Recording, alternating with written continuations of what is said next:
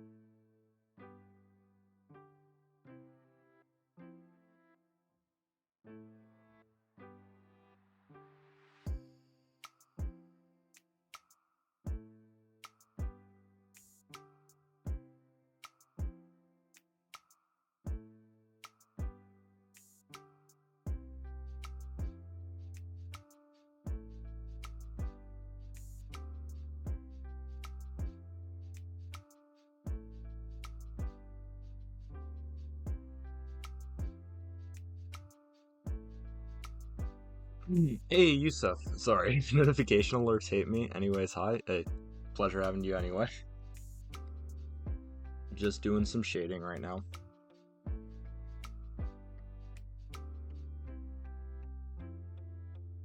Yeah, what's the usual? Okay, so then yellow is going to be the other color here.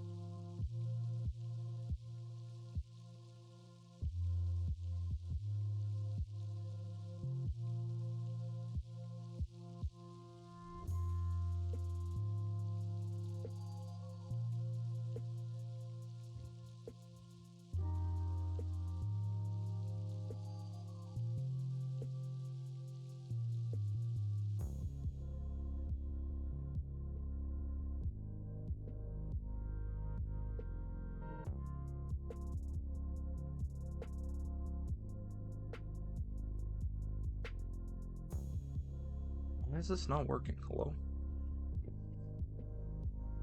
Okay, whatever.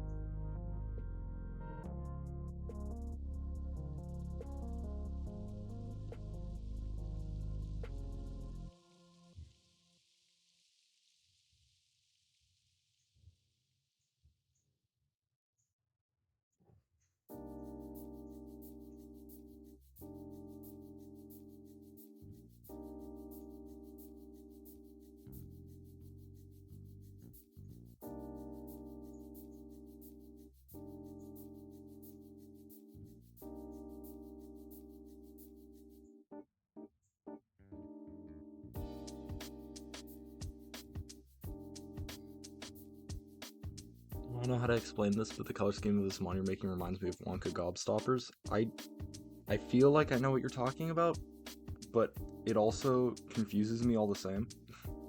Here, hold on. I need to...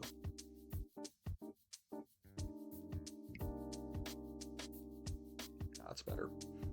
It was way too dark. Yeah. I get it. I've got this,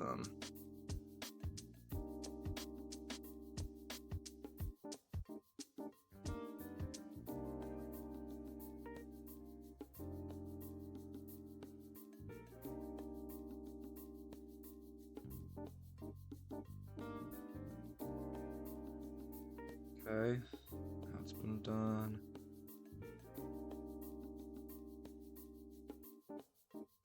Okay.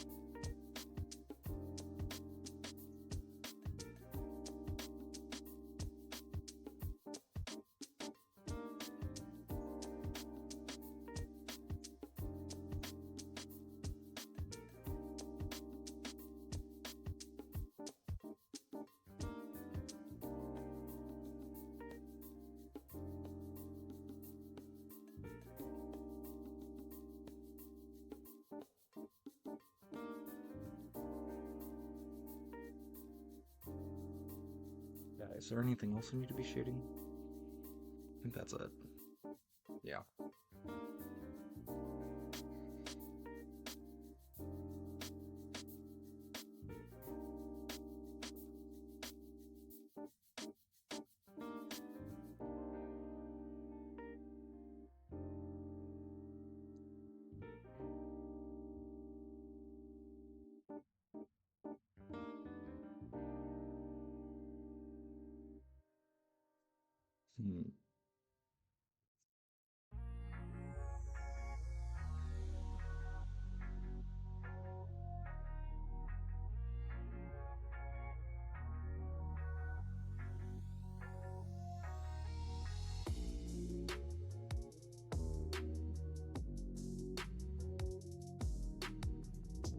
Okay.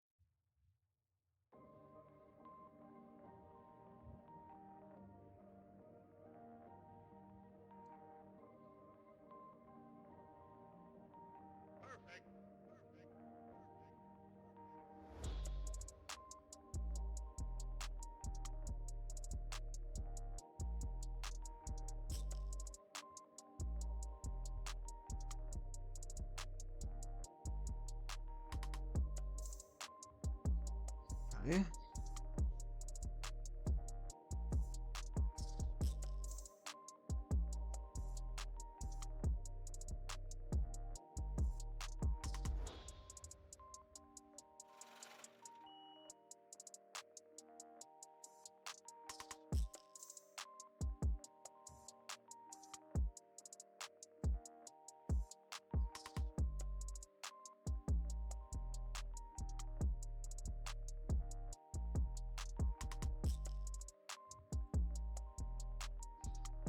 Okay. Okay.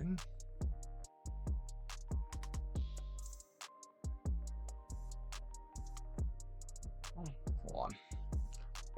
My neck. Give me a second.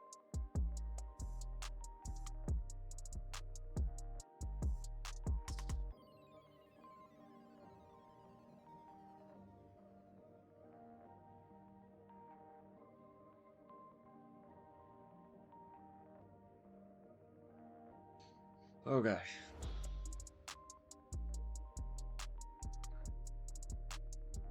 Okay.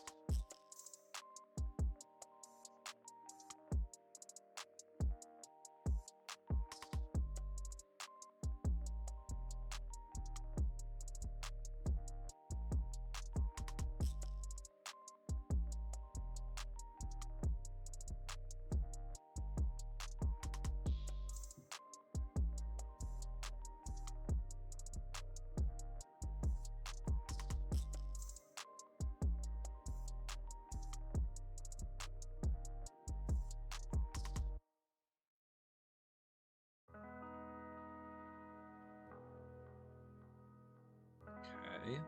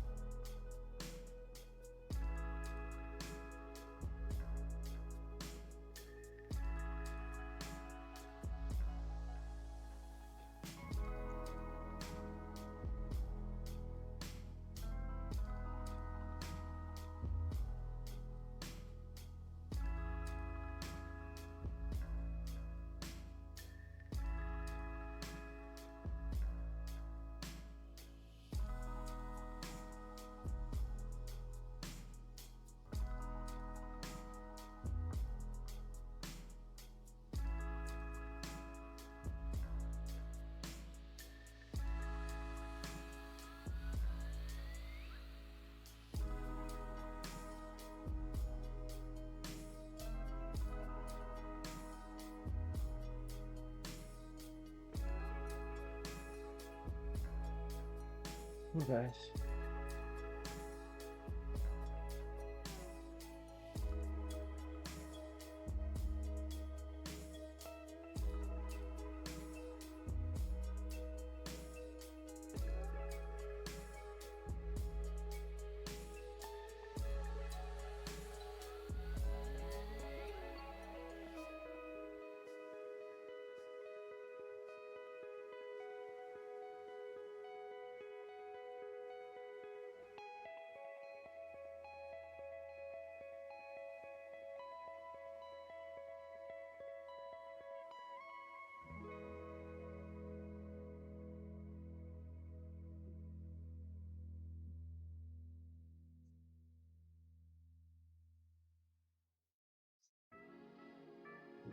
Excuse me.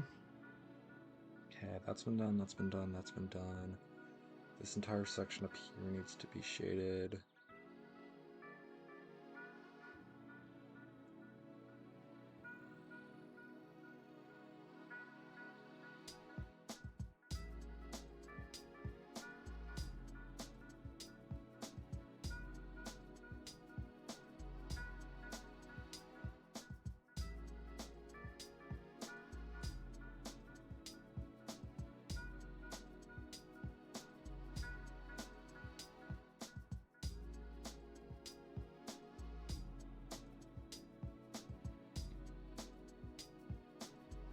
Okay.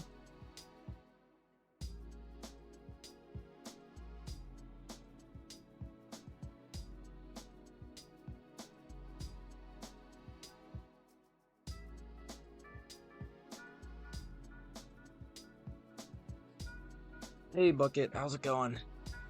Ugh.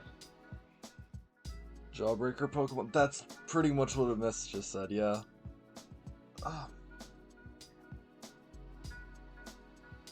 my neck is really killing me. Ugh, it's unfortunate.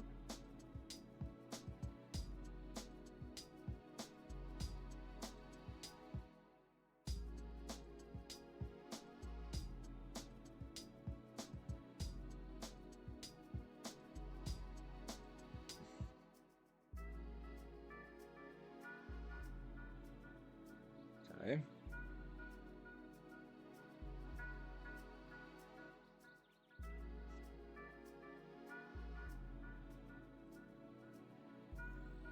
Okay, so that's been done now. So now I can do this. Do this. Just got up for breakfast. Nice. How was breakfast? How was the food? Oh shit.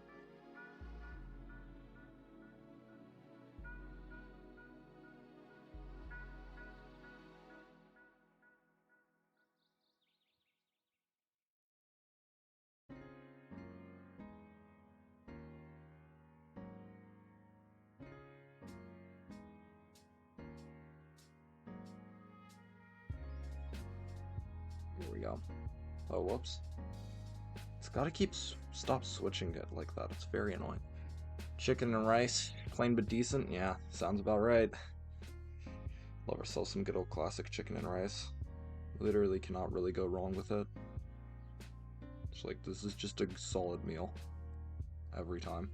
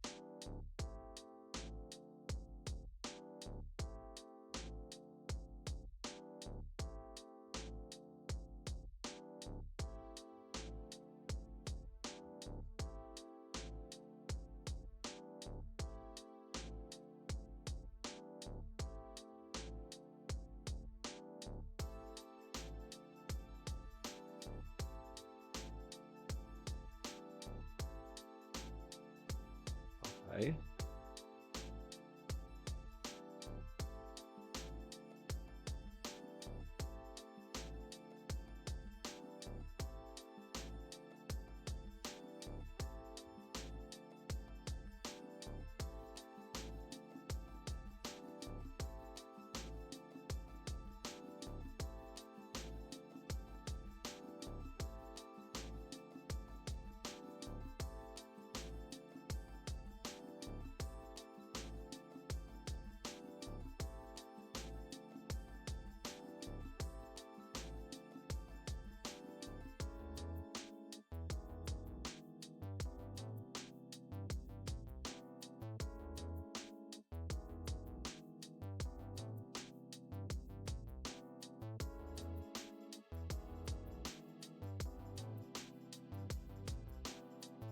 Okay.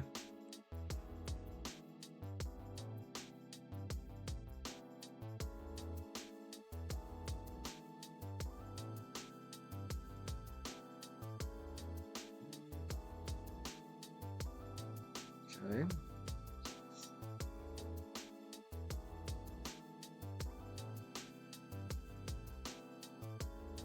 Sorry, there was a little something on my screen. So I need to go onto this layer. I need to pick up this color to do this.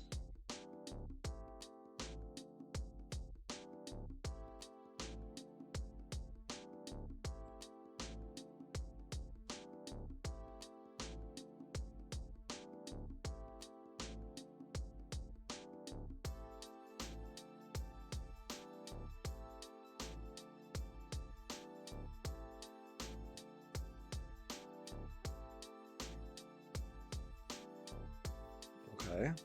Okay. Okay.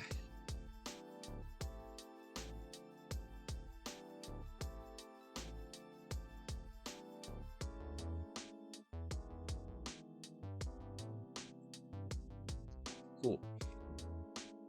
Reminds me of that fancy muck with all the colors, Alola and muck. That also makes sense, yeah. I'm pretty sure that's like a dark fairy type or something. It has a really interesting typing.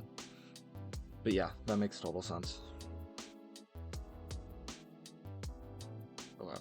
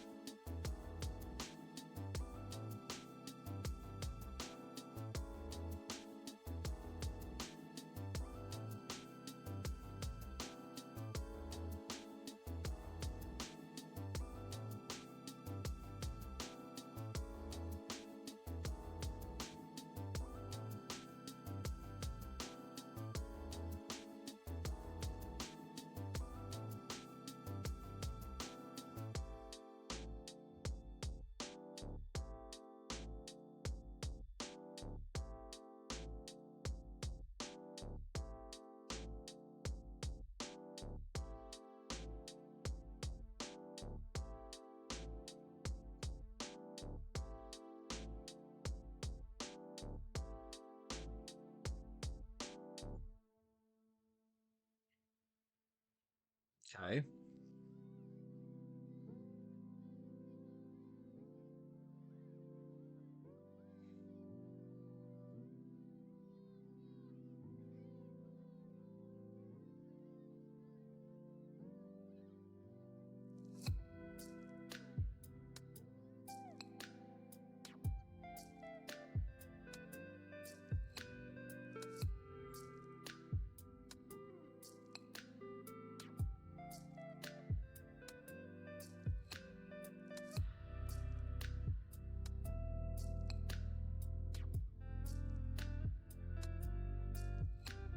Okay.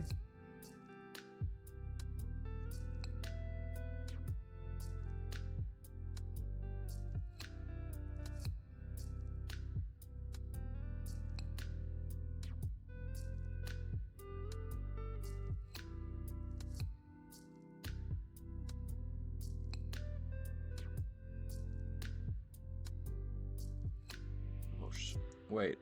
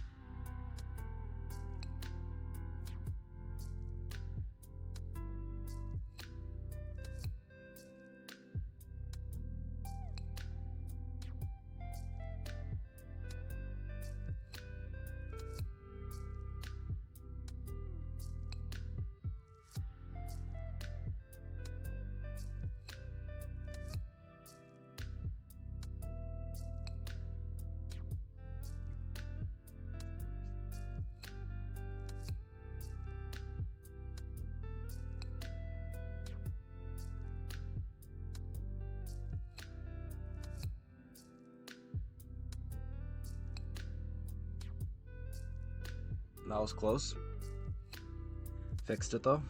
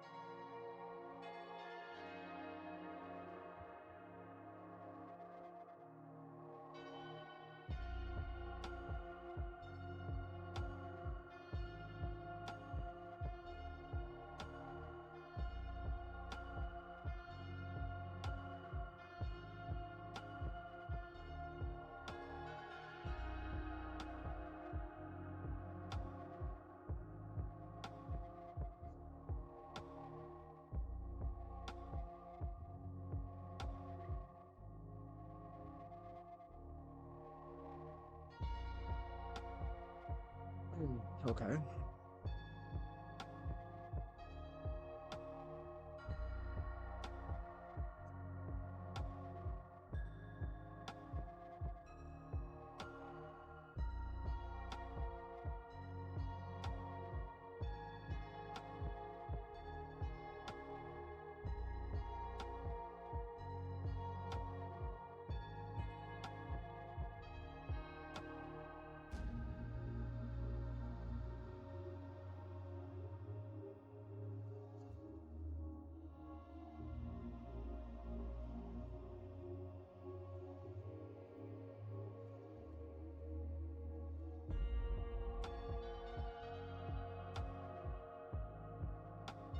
Read any books lately?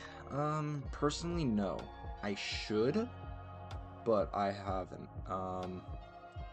Been very busy doing stream stuff, hanging out with friends. I haven't really had the time recently to do it. But also, there's an amount of it where, like, historically, I've had water cooler talk question that was. Regardless, it's fine. It's better than doing nothing. Um,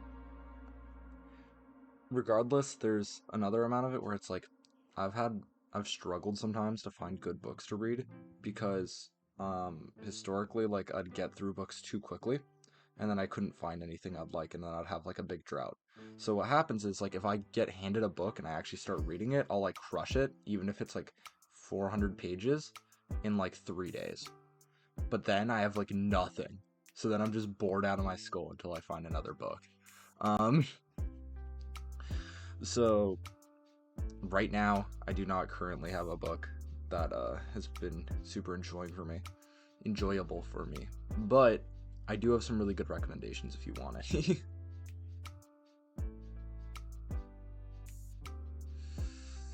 Okay, I need to do this, and then I need to do this.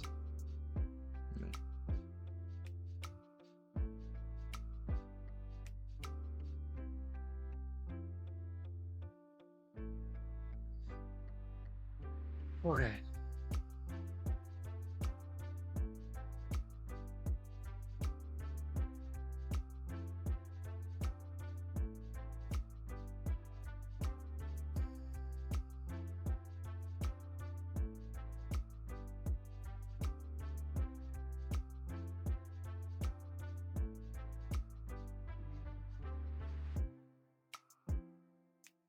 What did I just do? I don't know what I just did. I think I did something that I shouldn't have done. I'm not sure what it was, so I'm just gonna be like, okay, whatever.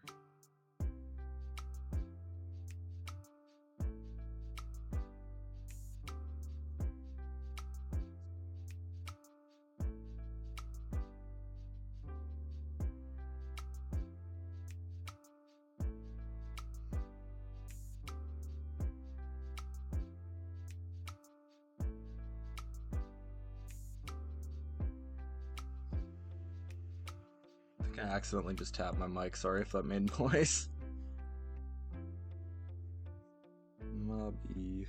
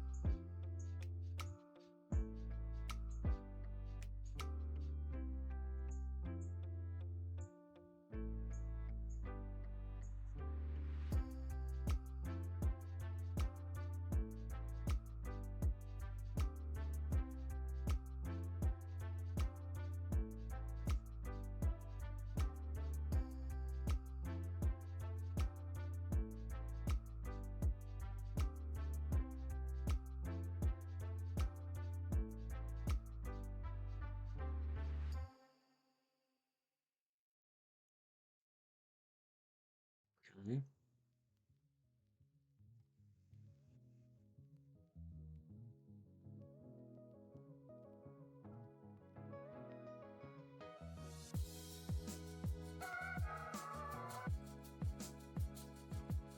Okay. And I think that's almost it.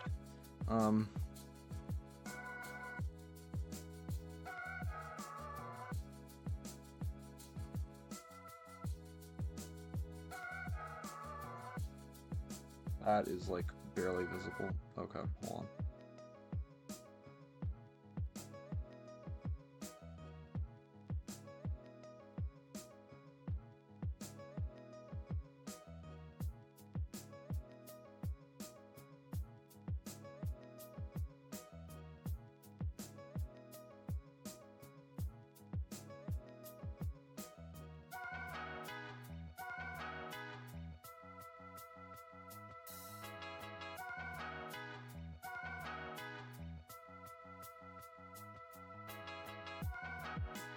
Whoa, whoa.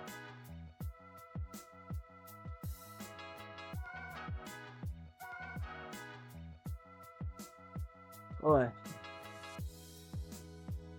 I mean, fanfic is always fun for me. Yeah, that's something I don't think I've really ever gotten into, and I'm not sure I want to start falling down that rabbit hole, no offense. It seems like a risky move.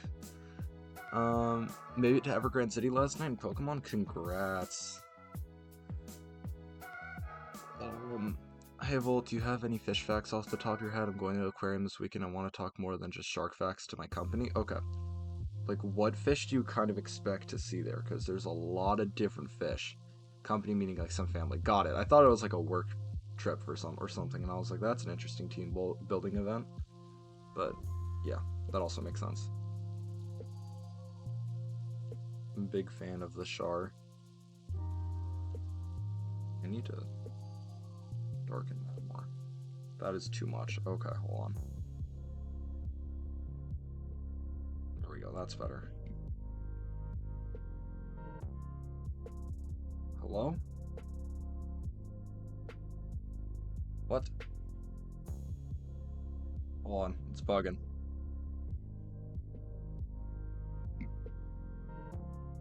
Oh, I don't know what just happened. Whatever.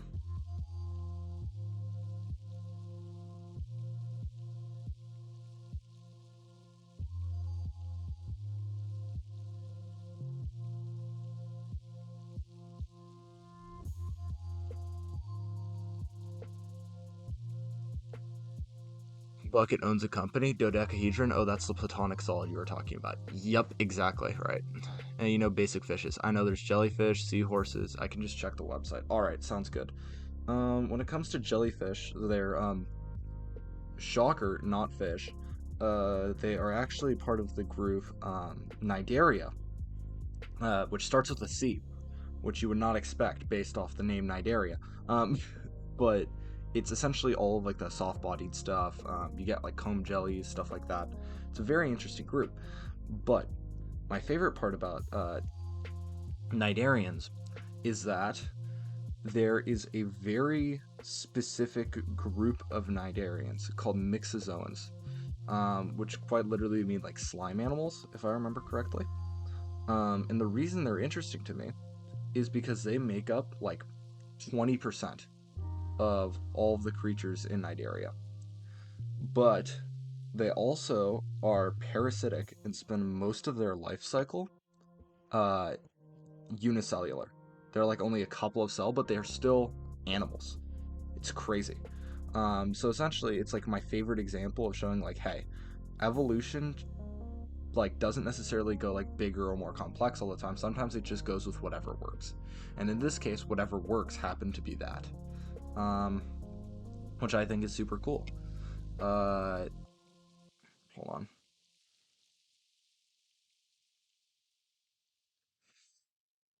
I think that's it.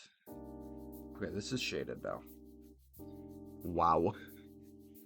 Let me turn up my brightness on my PC. I was wondering why this is so dark. It's because of earlier, I forgot. Another interesting thing about Cnidaria, which you might actually see at the aquarium, is immortal jellyfish. So generally, Cnidarians have this very simple life cycle, where they will start as like a unicellular organism, as like a larva or something, and then become a polyp, and then they will become a medusa,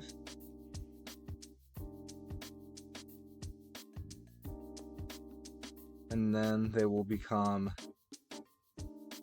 a full-blown jellyfish.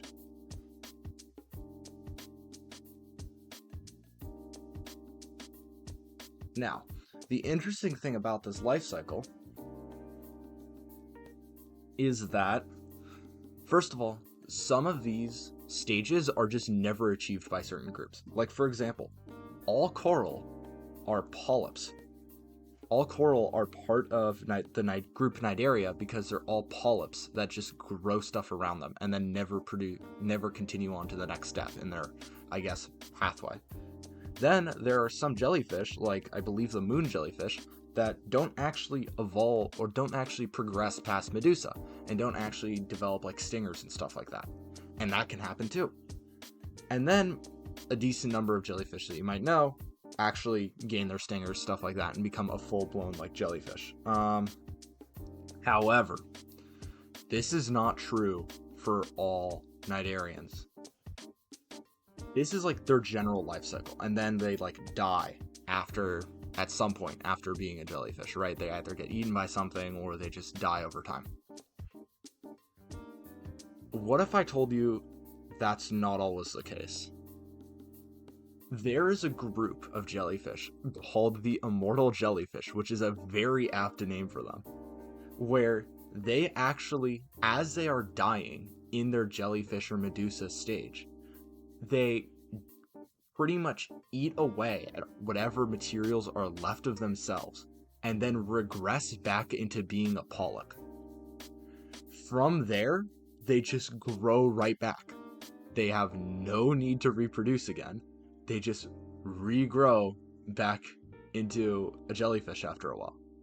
It's like if you were an old man and you were on your deathbed, and as you were dying, your entire body repurposed itself so then you could become a baby again. I am not even joking. This is actually something that can happen. It's crazy. So the immortal jellyfish literally says fuck work and just can never die as long as they aren't preyed upon. They can't die of old age because they just replace themselves. It's really, really nuts.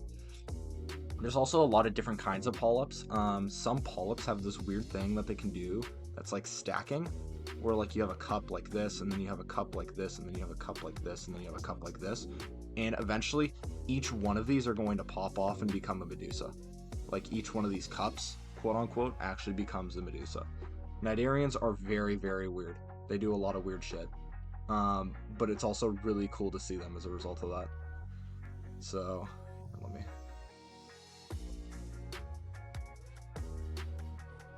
That's just like the jellyfish kind of side of Cnidarians. Most new thing is that coral is close to jellyfish. I mean, there's a lot of stuff that's weird like that, but yeah. Let me think.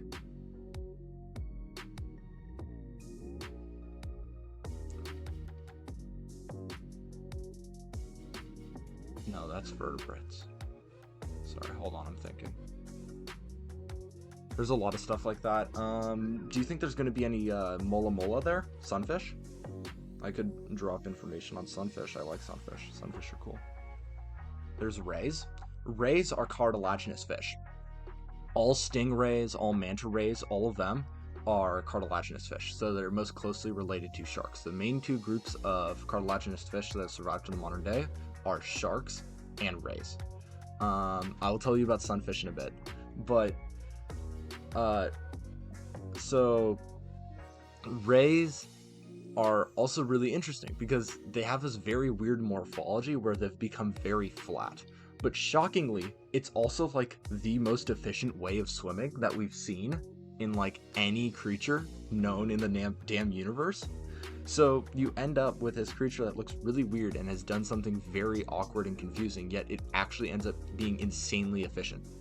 So, for example, manta rays have exploited that to like an insane degree because they've just become these massive migratory creatures that are able to be hyper efficient with their mobility in water have incredible turning radiuses despite that, and don't really need to worry about like ram air breathing like sharks do.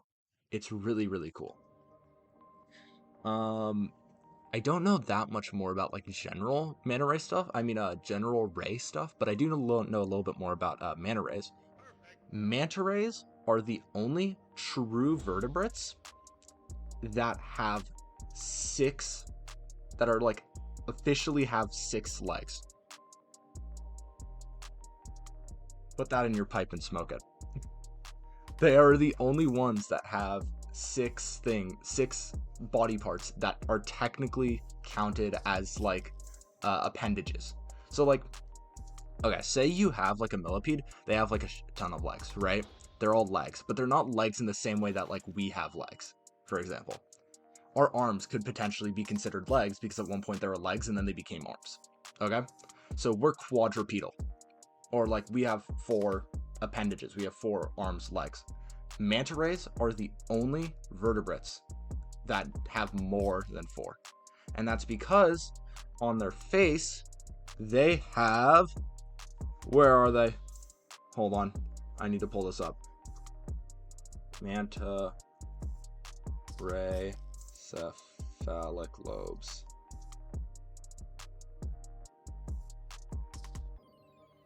Okay. Let me see.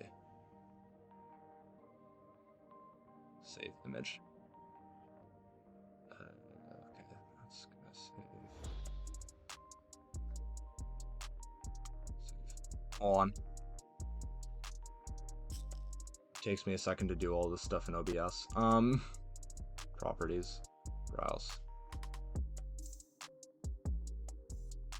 open, okay, show. Damn, that image is tiny. Okay. Transition. So, manta rays have these things called cephalic lobes. So, straight on their face here, they have these 2 little like appendages that have grown out of their face. And they're essentially there to better be able to scoop plankton and stuff into its mouth. Make sure to like guide water properly. But they also do have their own musculature and are completely autonomous. So what you end up having is you have what would be considered an effective new set of legs or arms or appendages that you don't really get in any other vertebrate. But they still have, yeah, exactly, kind of like pedipalps. But they still have their like arms. They're just part of the actual like main wing, but they also still have their rear legs as like these vestigial structures at the base of their wing, and those are completely autonomous. So you end up with the only hexapodal vertebrate, which is crazy. It's crazy to think about that, right? Here, hold on, let me transition this back. But yeah, there's a ton of stuff like that that's just absolutely wild in my opinion. But that's probably one of my favorite facts I've learned recently. Sunfish, mola mola, they're the really big, wide, flat fish that have like the fins at the top and bottom rather than on the sides. They look really stupid. They are the heaviest bony fish that are currently alive in our seas. They are also insanely efficient and almost exclusively eat cnidarians. So, why are they so big and flat? Why are they so weird? Well, what the sunfish does is it is a bony fish, but because it's a bony fish, it's ectothermic. It doesn't produce its own body heat. It would lose too much. It's not fast enough to make it worth being endothermic. Like tuna and some other fish are able to actually like be full endotherms and actually, or like be somewhat endothermic and be able to produce its own body heat. Not true for the sunfish. But this is peak performance. Yeah, it is the stupidest animal. It is peak performance. You have no idea. I'm about to explain how it actually is peak performance. So what they do is they eat like plankton and stuff. But every day, plankton rise up the water chain during the nighttime, so then they can like feed and stuff, and then head back down during the daytime so their predators can't see them and eat them. What the sunfish does is it just chases them to the bottom of the ocean every day, multiple times a day. So the sunfish will make these massive, like 1,000-meter surface dives down underwater to then be able to eat all of its prey that are trying to hide from its predators. Which seems really smart, right? But then you're like, why the fuck is it doing this? How is it doing this? It looks stupid. This doesn't make any sense, right? Yeah, it's a buffet, literally, because it's the only thing that really does that. So it's like, how is it doing this? Why is this doing this? Why is it doing this? What the hell is happening? Stuff like that, right? Because it's very confusing. It's like, why is this animal putting in so much effort to do all this? Well, it is able to do all of this because of all of its weird adaptations, okay? In most bony fish, they have something called a swim bladder, which is essentially just like this organ that holds air. And the way the fish is able to change its height in the water is by releasing and then adding air into that swim bladder. So it essentially is able to change the buoyancy of the fish within a certain range, right? Or it might be oil. I don't remember exactly how it works, but essentially it's lighter than water. It's able to like control the height of the fish in the water by changing its buoyancy. Makes sense, right? So there's a downside of swim bladders. Swim bladders, if they are at a point where they're so compressed to try and, like, if they have nothing in it, essentially, like they've completely run out of space in it. Not that. How do I explain this? If everything gets flushed out of the swim bladder in such a way to make the fish heavier, and then the fish ends up dropping beneath a point in the water where the swim bladder can compensate for it, the fish will either require a shit ton of energy to try and drive itself back up to the surface within its range that its swim bladder is calibrated for, or it will sink to the bottom of the ocean and die. If the swim bladder like explodes or has like too much air in it, then the fish will then float all the way to the surface, get stuck on the surface, and die. So what ends up happening is swim bladders are calibrated to allow a fish to swim within a very specific range of depths. And it can't really exit that range of depths, otherwise it will die because it can't move, or it will sink to the bottom of the ocean, which is a very funny thing to think about when you're talking about fish, because you wouldn't really expect that. Now, for sunfish, they are doing like 1,000-meter dives, which is usually way more than a normal bony fish is able to like actually do anything with. Like, it's not usually capable of being able to dive that deep. So how is it able to do that? Well, sunfish are weird. Sunfish have an extra layer of skin, and I forget what it's called. I think it's called the hypodermis. I'm double checking this. Sunfish.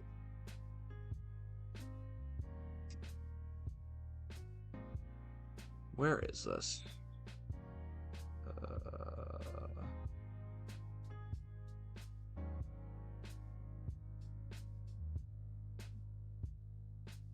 Where is this? Sorry, hold on.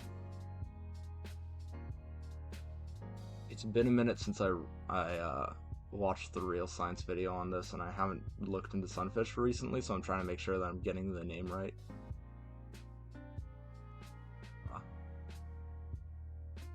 It's so baller that these guys just don't have a swim bladder. Where is this?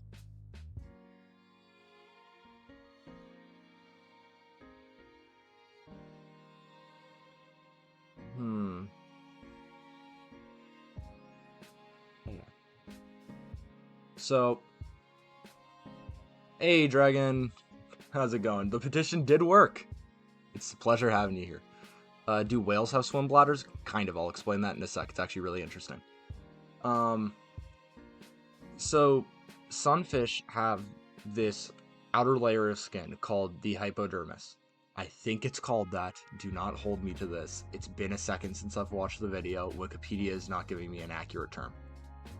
But as you asked, okay, but yes, so the hypodermis is essentially a layer of skin that has way more collagen in it than it should. It's essentially way more rigid. It's actually so rigid that it's to the point that it can be considered an exoskeleton, which is crazy.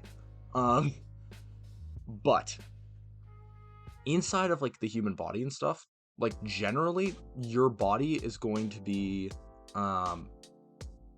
either heavier or lighter than water. Okay, and that will either make you buoyant or it will make you sink. And then your bones are going to be heavier or lighter than water, and that will either make you buoyant or make you sink. What ends up happening is that the sunfish has replaced a lot of its actual like bone for cartilage. It's kind of replaced it for like that lighter material, that lighter, airier material that's very strong as well. But between its cartilage, its body fat, and this very heavy layer of skin that it's essentially added on itself, it is perfectly neutrally buoyant in salt water. So essentially, it doesn't need a swim bladder, because as long as it's able to propel itself up and be able to propel itself down, it's always going to be the same density as the water around it. So it doesn't have to worry about changing its density in comparison to the rest of the water around it. So it doesn't have a swim bladder because it doesn't need a swim bladder, okay? Now, the other half of it is, hey, it's a bony fish. These guys are not endothermic. They can't produce their own heat. How the hell is a sunfish going down to the bottom of the ocean where it's cold, or like 1,000 feet down, 1,000 meters down, eating food and then coming up without dying of temperature change? Because water is very, very good at taking temperature away from something, or being able to dump energy onto something, because it's way thicker than air, right? So like being in water that is 60 degrees is going to feel freezing in comparison to being in air that is 60 degrees, because the water is much better at removing heat from you, right? Water pressure not affect the density of it.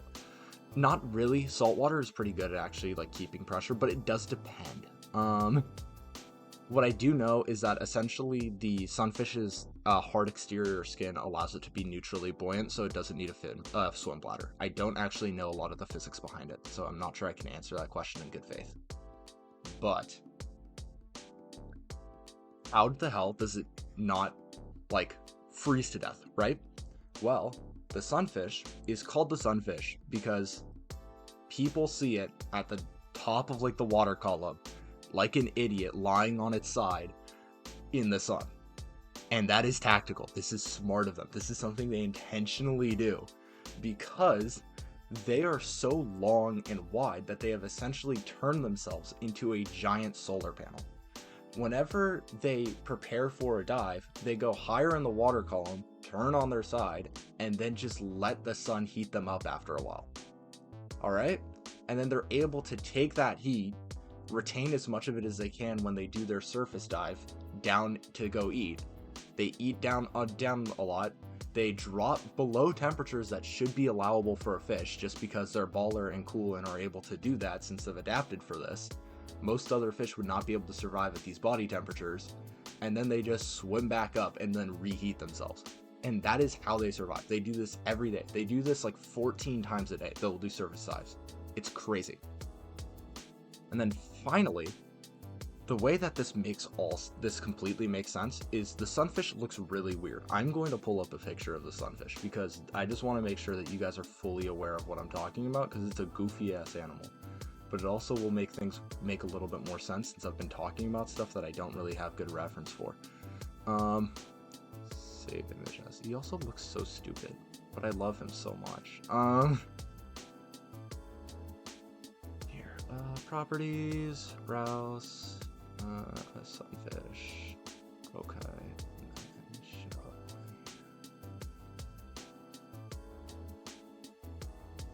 Doing show and tell. Okay.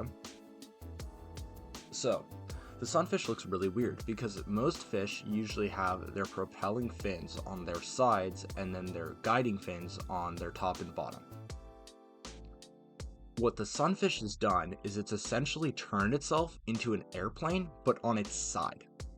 Its two wings at the top and bottom oscillate back and forth. So essentially, they'll both flap in one direction, like towards the left, and then they'll both flap in the other direction, towards the right. And that really, with their like narrow profile and then this back wing, the clavus, where essentially their spine just curls up and then folds in on itself for eternity until the animal dies, is really efficient at just acting like a rudder. So essentially, you just have this fish that has become an airplane on its side that acts as its own rudder and just glides through the water super efficiently, kind of like a manta ray, but sideways. And then it still remains, like, it still keeps its like side fins to be able to like rotate, yaw, change stuff like that. It's like a boat. Yeah, exactly. The fish is a boat. It's very cool. So the other half of this is very similarly to manta rays. This method of moving is insanely highly efficient. So as the fish is able to like dive down to these depths, it's able to gain speed pretty efficiently, but it's also able to lose very minimal energy while it's moving throughout the water. So when it's at these super deep depths, it doesn't have to be at a high body temperature to function because it's already being so energy efficient. And that allows it to do these really long surface dives into like the twilight zone to be able to eat on like siphonophores and jellyfish and zooplankton and stuff like that using its mouth, which you can kind of see on the left there, that's like always gaped open. It just kind of ram feeds and then it goes back up, and it does this 14 times a day, and it's really, really impressive and really cool. And that is why the sunfish is equally as stupid as it is amazing, because this is a goofy motherfucker, but it is so impressive how all of its evolutionary adaptations are almost perfect for the niche it's trying to fit. And also how much it's like actually deviated from the general like bony fish design. Like this is the only animal that we have reference to that really has like this vertical kind of sail in its like organization. Mola mola is actually one of the most recent genuses or families of fish to bony fish to arise in like the last 500 million years. I think Mola mola, the entire group, is like 50 million years old, maybe less. It's crazy. It's really, really impressive. It's really cool. They're really stupid looking. They're absolutely massive. I love them. Evolution is weird, man. I don't know what to tell you. It's just really cool. Yeah. Yeah. Okay. Did I finish this? Hold on. I'm just gonna double check that I actually did all of this. That shaded. Oh shit.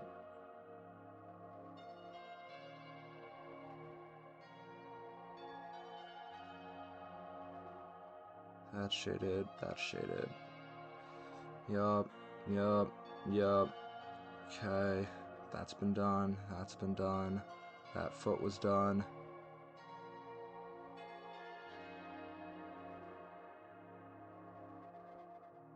Anywho, back to Pokemon, huh? Yeah, that's fair. Actually, really quickly though, you earlier asked about whales having swim bladders. Whales have swim bladders. You and me also have swim bladders. Because if you can believe it, which it's gonna make a lot of sense, swim bladders are the precursor to the modern mammal or reptilian lung. Lungs are just a derivation of swim bladders.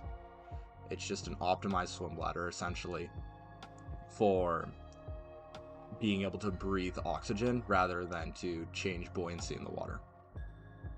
Cool, right? However, most whales don't really do super big surface dives, so they mostly depend on just being ectothermic and therefore being able to produce their own energy and therefore being bigger to just kind of let themselves glide through the water without having to worry about buoyancy that much. But most whales also don't really change their depth that much, and most of them are pretty high in the ocean. However, sperm whales exist. So, swim bladder haver, yeah. Sperm whales have come up with an entirely separate solution to this exact same problem, because sperm whales also do thousands of deep meter dives to eat their food, the giant or colossal squid, on a general basis.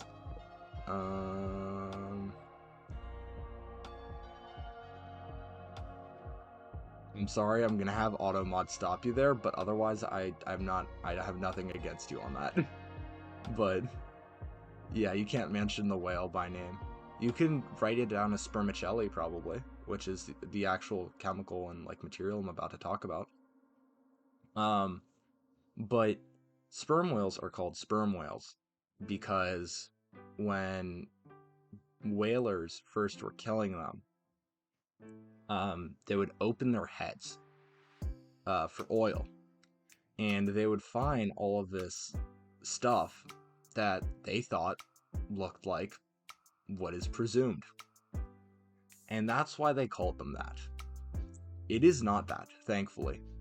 But sperm whales do have this giant cavity at the front of their head that they essentially use to hold oil, very similarly to how a swim bladder would use air to kind of like be able to change the buoyancy of whatever that creature is. Sperm whales would use this oil kind of material, which is called spermaceti, or spermaceti? I don't remember. It's been a minute. I haven't checked. Uses that in this space in their heads to be able to change their neutral buoyancy, so then they don't like die from pressure. Spermaceti. Yeah. What's it called? Hold on. Sperm whale oil name. Yeah, it's spermaceti. Yeah, it's kind of like this waxy chemical. But for a very long time, it was like exactly what was used in like all the candles and lanterns in the entire world until the Industrial Revolution. But yeah, spermaceti is this like material. It essentially functions the same as a swim bladder. It allows sperm whales to dive super deep. On top of being endothermic, they were able to increase their body temperature enough that they don't just straight up die from the temperature change, and they're able to still be pretty active despite the really cold temperatures at the bottom of the ocean. On top of that, sperm whales are also able to hold their breath over 45 minutes long, which allows them to actually dive to those points without just drowning, which is also a pretty big deal because they still depend on the air to breathe, which is interesting. But yeah, so all whales technically have swim bladders in their lungs, as their lungs. Sperm whales have created a new swim bladder essentially to do exactly what a swim bladder used to do. So that's the really long-winded answer essentially.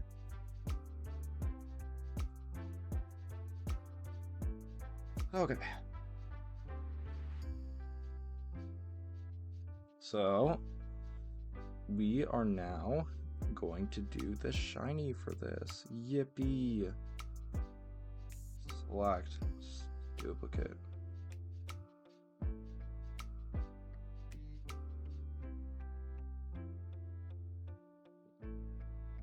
Oh, shiny? Yeah. Yeah.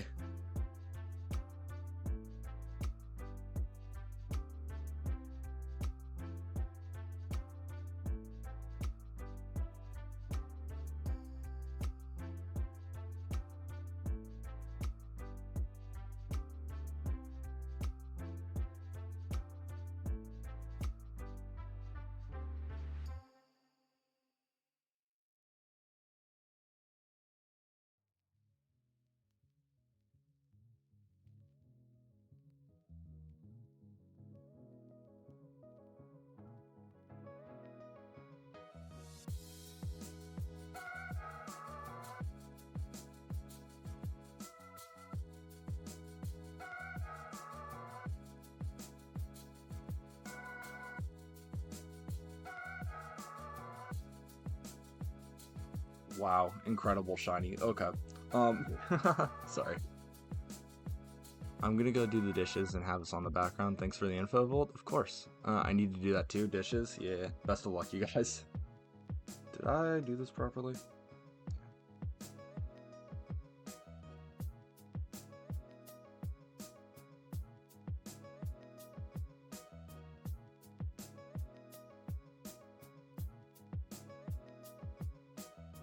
Okay. I think you guys might like this shiny that I'm about to do for Deoxydal though. I'm not gonna lie.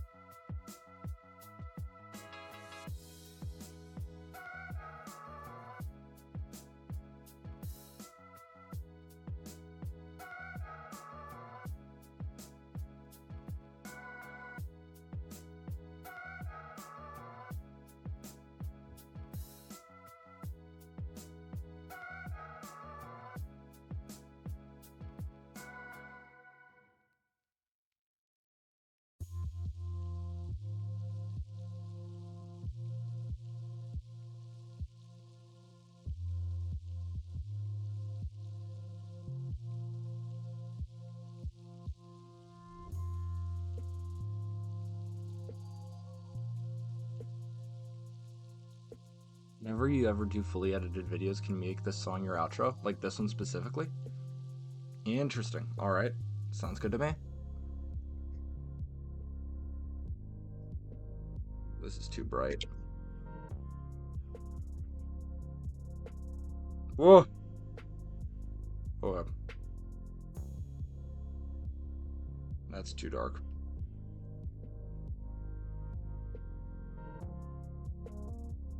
Do you see what I'm doing here? Is it obvious? This is a pretty banger track. I can't even argue with it.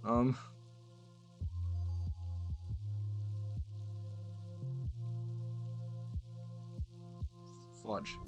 What? Oh. Wrong layer.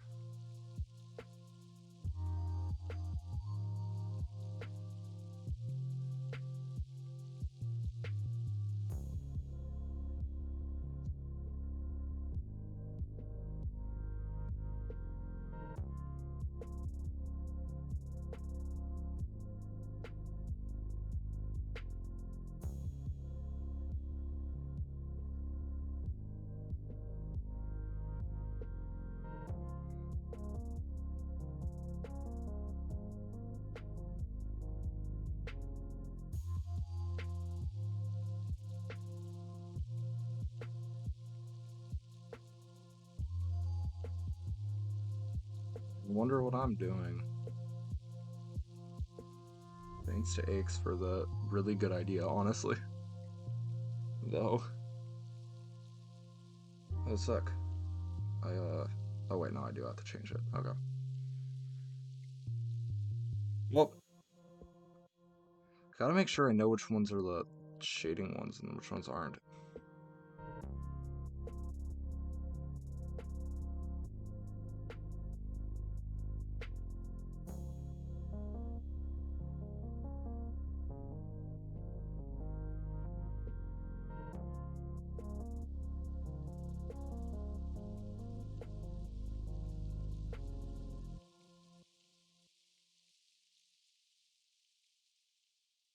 Really?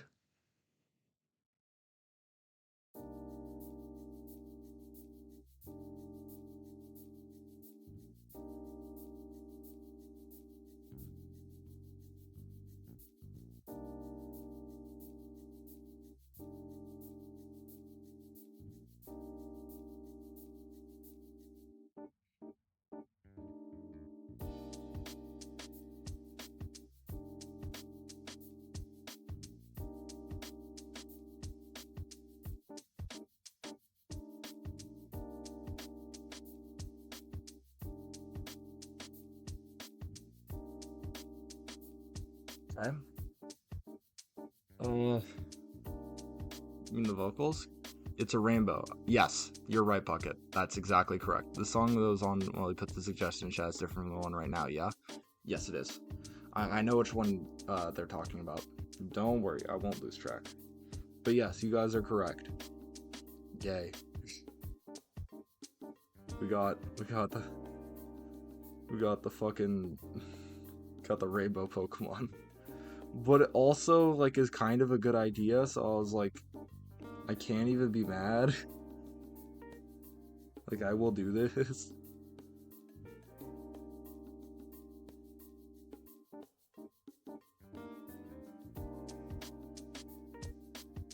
Sex and blue.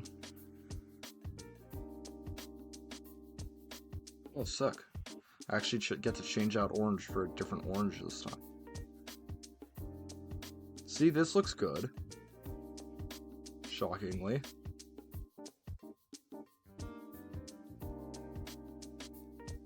What, did I fuck up the color combination here? I might have actually. Okay, whatever. I'm just not going to think about it, and it'll be fine.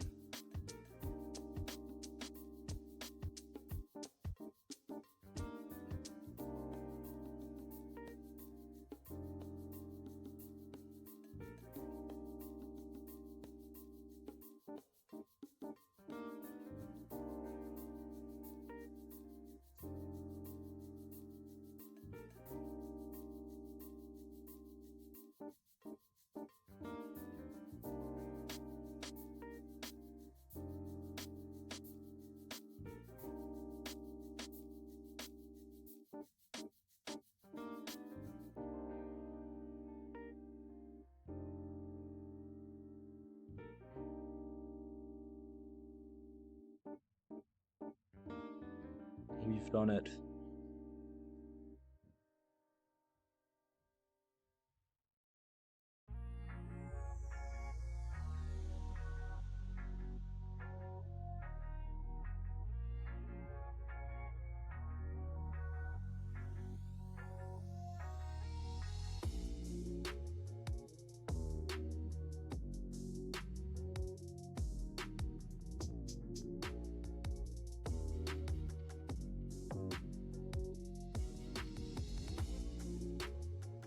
It is getting so hard to actually tell which layers I'm using.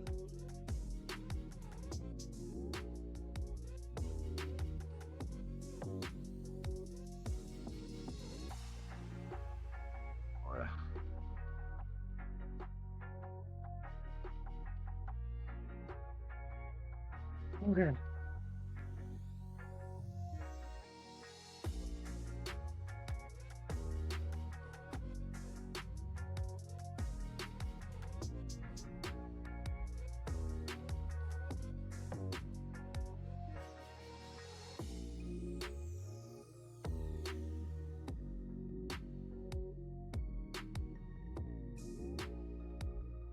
Wait, no.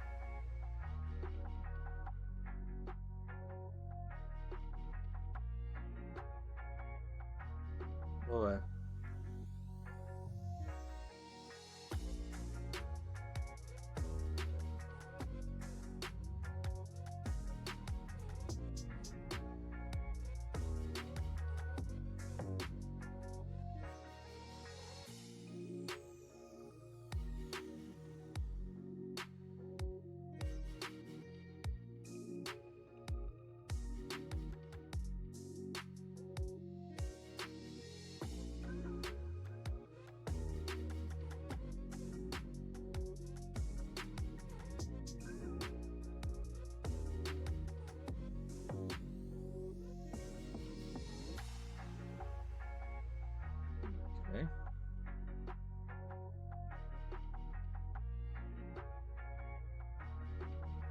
Okay.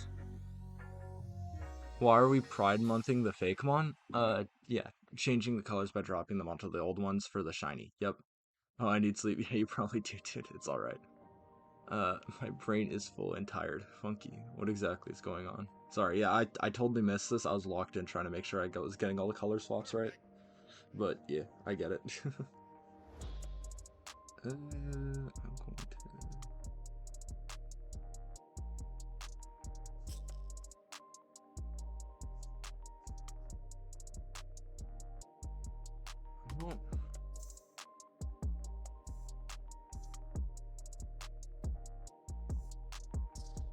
I kind of like keeping that, honestly. I think I might keep it red. Remind me of what type this Mon-this is? This is a pure poison type, currently. Its evolution is going to be Poison Dragon.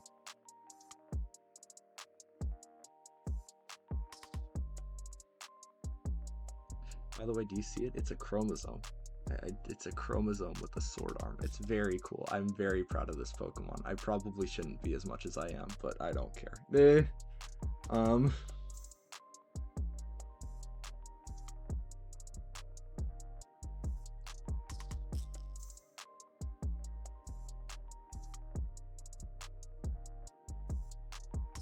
see.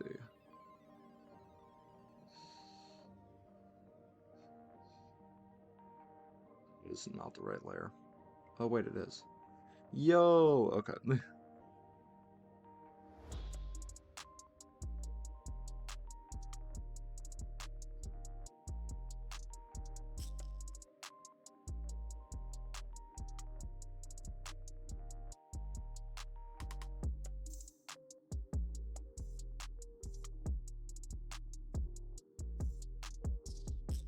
Okay, that doesn't have any shading.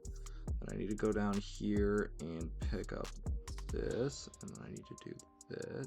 That is just straight up not what I clicked. Okay,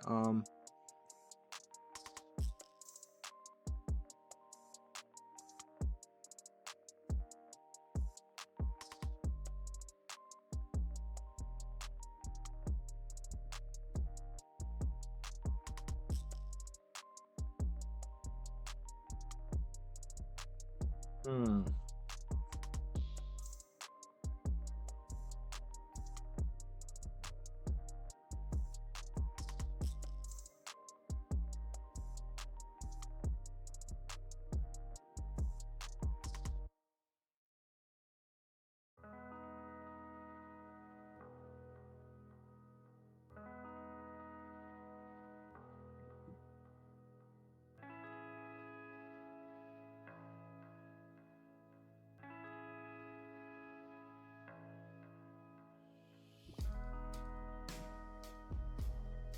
Okay. Okay, all the red's done now.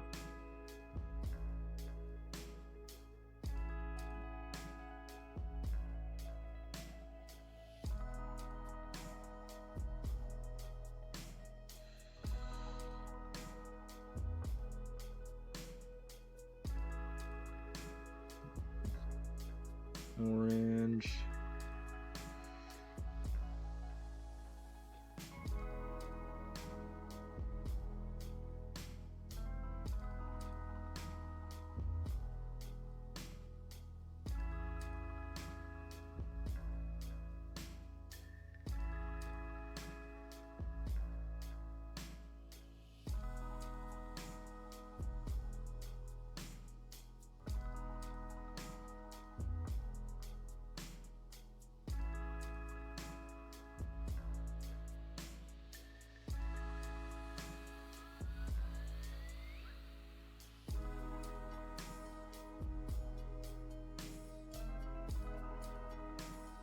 Whoa.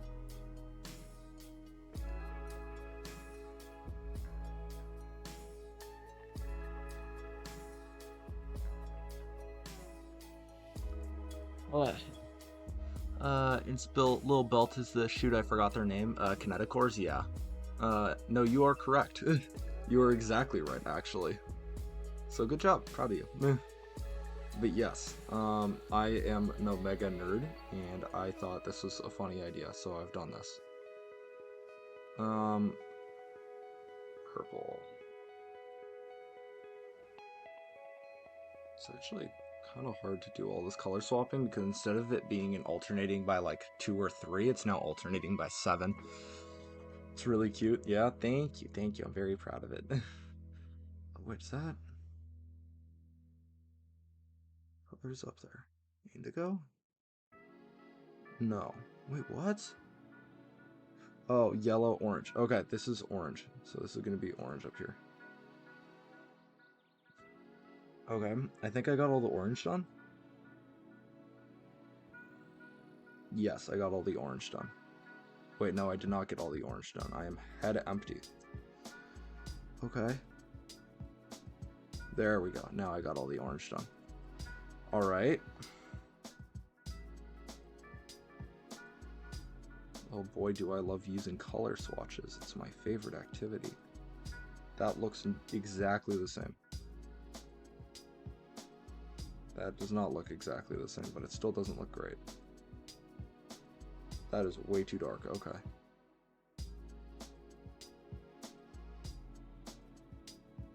That is still way too dark. What the hell?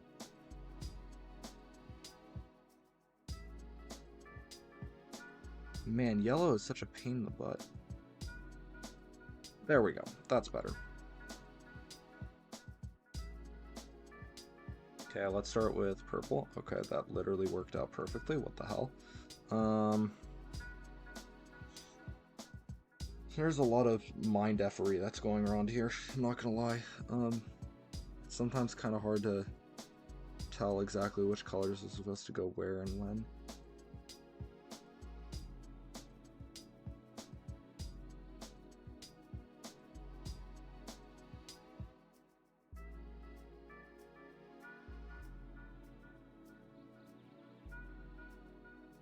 Okay.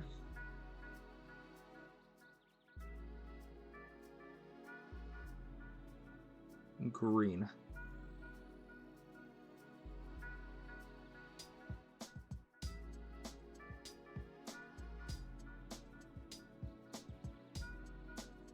Okay, what the fuck? Hold on.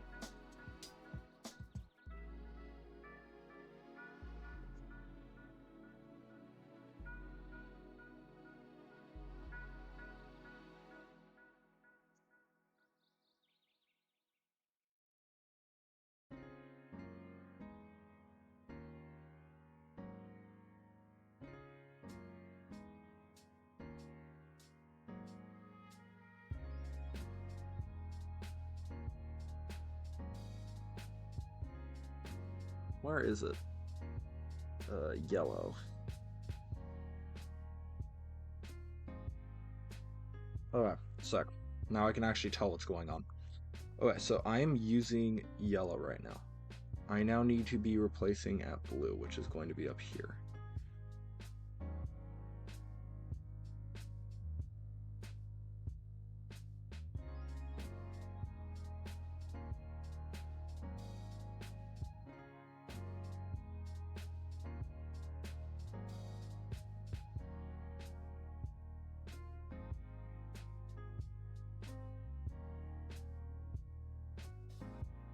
Okay, then I need to go down to orange and I need to replace yellow.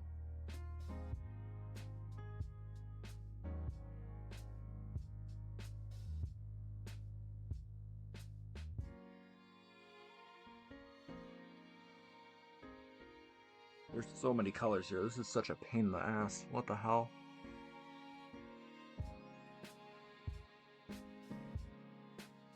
For dark yellow, try shifting it to orange a bit. Dark yellow looks weird, yeah. I mean, I think I figured out a color that doesn't look super off, so I think I'm just gonna stick with this, but next time I'll actually do that. Thank you for the advice. Because I always struggle with stuff like that. Color theory is not my forte quite yet.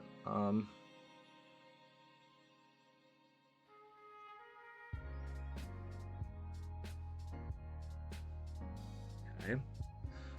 Blue.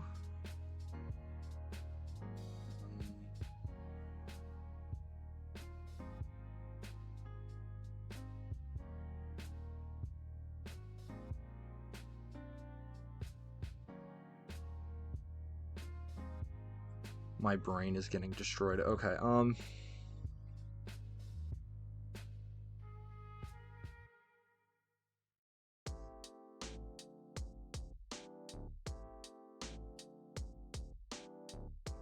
just going to go color by color and just not think about it.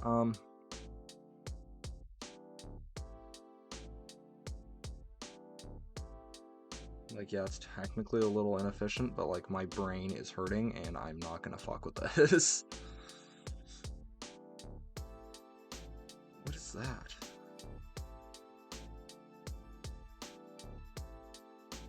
Okay, that's what I was guessing.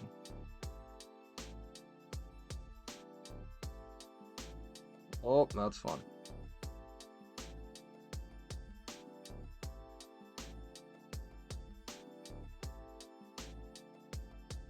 Right, those are flipped. That's why. Okay, whatever. Okay, green. Okay, so I need to take this, and then I need to go to the purple layer. There. And then, I think there was another spot? Yeah, over here.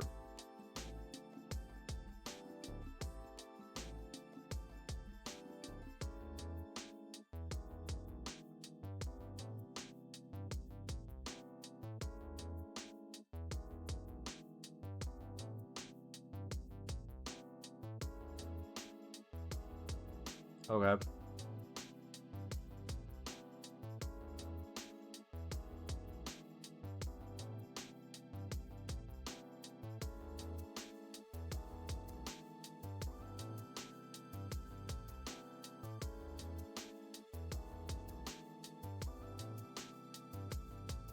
There we go. Didn't look blue enough.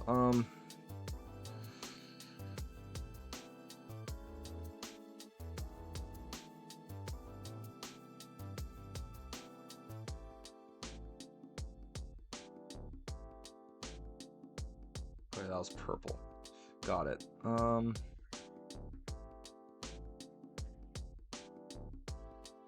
Light blue on purple. Okay, I don't see any more.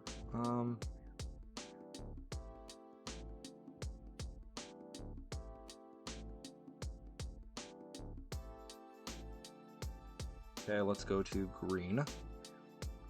And then here. And then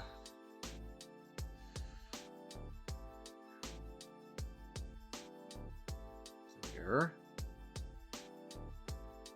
That.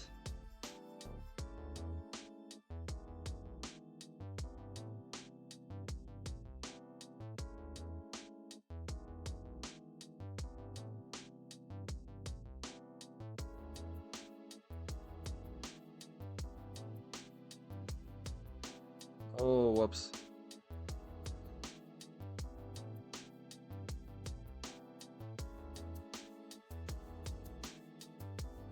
Yellow. There.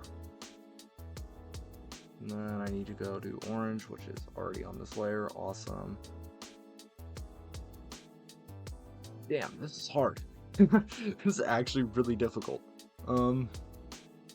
Extreme color picking challenge.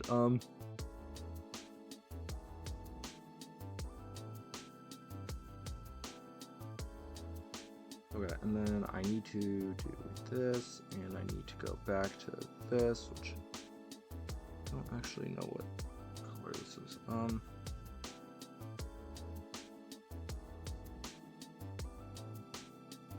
There we go.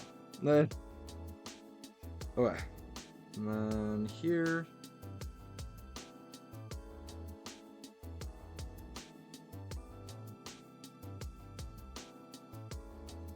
Whoa.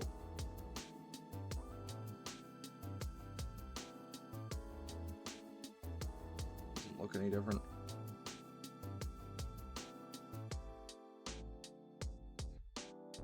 Okay, indigo. Let's start at yellow. Okay, I'm already on yellow. Okay, that's sick.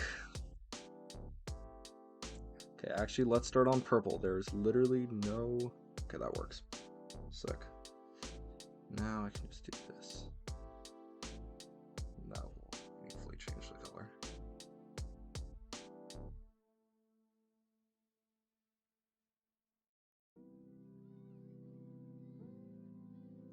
Green.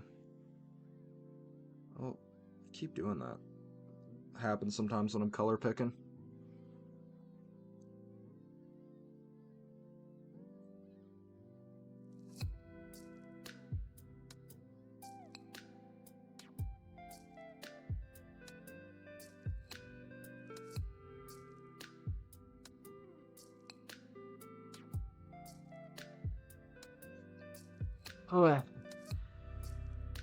Oh, do they have like a thing like a reference window that you can pop out onto the canvas? I should have done that. I did not think to. I also didn't worry about it that much. Do you think indigo should be in the rainbow? Roy G. Biv? I didn't get to choose that. In the end, the rainbow is a continuum, and the colors red, orange, yellow, green, blue, indigo, and violet specifically being chosen are entirely because that's just what Isaac Newton happened to see when he put some light through a prism. I'm not even joking. That's like, he's like, okay, I identified 7 colors. And then that's just been the norm. So it's really not super deep, but I was like, it'll add more color variety. I might as well. There's no real downside. So I'm just doing this. That was my thought. I feel like that makes a reasonable amount of sense. Okay, and then I need to go to purple. I need to darken here. Oh.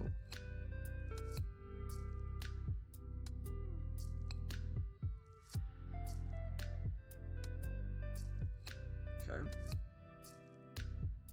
And then I need to brighten elsewhere. Where's brighter indigo? There.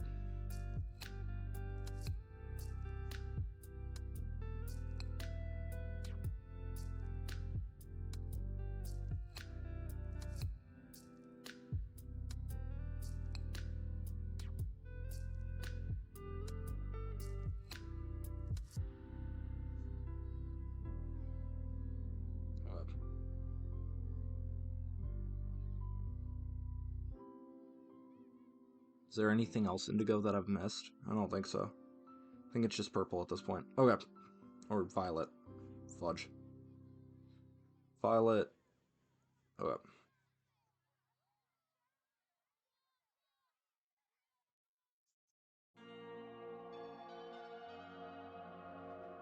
Which layer am I on? Oh, that's an entirely separate. Okay. Sick. Let's start here.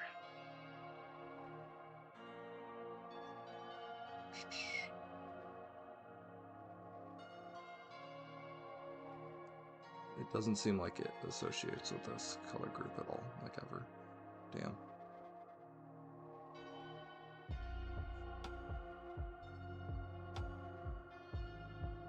Okay. And then I need to go to yellow, and then I need to do this, and I need to do this. Whoop. Keep doing that. Okay. And then I need to go to purple, which is very funny.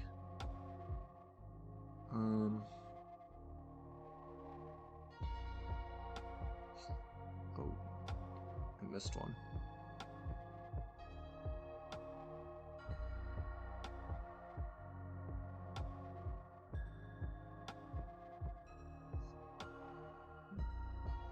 Ball.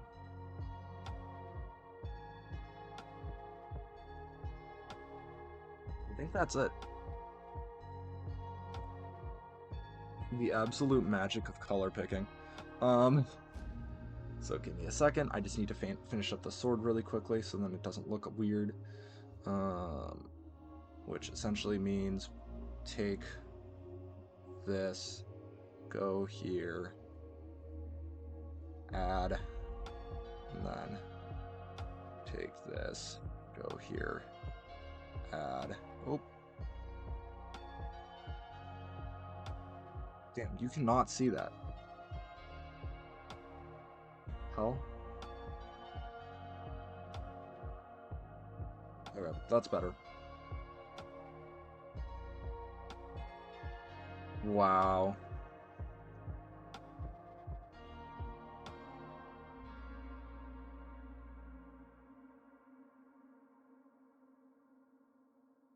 Incredible. What a critter. He's a doofus. I'm happy with him. But yeah, that is all I really wanted to achieve this stream. It's been like almost 2 hours, so we can chill for a little bit. I also want to make sure that I'm doing a lot of this coloring correctly. Like this, it's like a mid shiny, but that's kind of the point. This is like W shiny, I think. It took way too long to do this, but it also is very funny, so I don't really care. I think it's pretty good. Absolute doofus.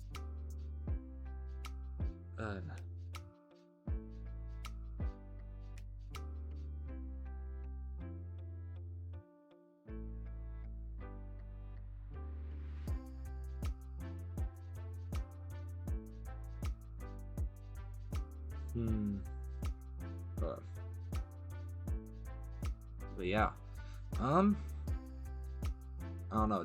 What do you think goes on in the dodecahedron? Okay, so currently, the weird lore for those Pokemon, or at least for Vribazon, because I haven't actually come up with lore for Deoxydal yet, is it's essentially just like sentient geometry bends organic matter to its will. If that makes sense. So essentially, this like weird thing in the center is what makes this entire thing conscious. This entire here. There we go. Here I can use red, like a cool kid. Wow. But essentially that makes it like conscious and is able to make it act like a tRNA. It also happens to look like a sword because, yeah. And then this one is like, okay, I accidentally drew a platonic solid last time. Hold on. So we might as well move on to the next platonic solid, because by random chance, the third one will be an icosahedron, which is like the final platonic solid in this like scale, which is very funny. And it's not an icosahedron because I chose it to be an icosahedron. It's going to be an icosahedron entirely because that's what viruses look like, which is going to be the next Pokemon in this sequence. So it worked out really nicely. But yes, I am a big fan of the rainbow Pokemon now. We now have a rainbow chromosome. But yeah, essentially tRNA, DNA, and then full virus at some point, which might be the next Pokemon I start working on tomorrow. I don't know. It'll probably be easier to draw than Deoxydal though. But yeah, as I was doing this, I was like, dang, I'm just making this, like, I'm trying to make it look DNA-ish, but I also didn't want to, like, do this whole thing that I did last time by actually having, like, single nucleotides, because it was a huge pain in the ass to do that. So I was like, F it, I'm going to make it a chromosome. So we have kinetochore, we have both chromosomes on either side, we have histamines, I think, or what they're called. I don't remember. It starts with an H. It's like little ball things that allow, like, DNA to supercoil. We have the more evolved platonic solid, and then we have ribosome as like a hand sword, because I thought that would be cool. Anti-vaxxers and Pokemon are going insane. Yes, this guy will fuck up your day. Do not fuck with the gay virus Pokemon. Do not fuck with the gay chromosome. It's genetic. But yeah, I think this is a cool shiny. I'm very happy with how this turned out. I also like how the kinetochores look like a belt. I like how it still ended up kind of looking like a knight, even though it doesn't actually have any facial features, because that was the kind of goal going into it. Histamines, that's it. But yeah, so I think I might end it here, partially because I don't really have anything else planned for today, but also partially because a friend just called me, and they almost never call me, so I'm going to call them back. And I will see you guys all later. You can catch these drawing streams live 3 days a week, Wednesday, Friday, Saturdays at Voltaic Glint 278 on Twitch. You can find me on YouTube at Voltaic Glint. You can find me on Instagram at Carbos Region, on Tumblr at Carbos Region, on Tumblr at Cultibos Region for my second account. Thank you guys so much for coming. Thank you, Bucket, for sticking around. It's also a pleasure talking to you so that I can yap about fish and stuff like that. Thank you, Dragon, for showing up earlier. Thank you, Miss, for showing up earlier. Thank you, Yusuf, for being here at the start of stream. I don't know if you've been here in the background this whole time. I haven't checked, but I appreciate you regardless. And I will see you guys all tomorrow when we hopefully start working on the evolution of Deoxydal or something else that I come up with. See you guys later.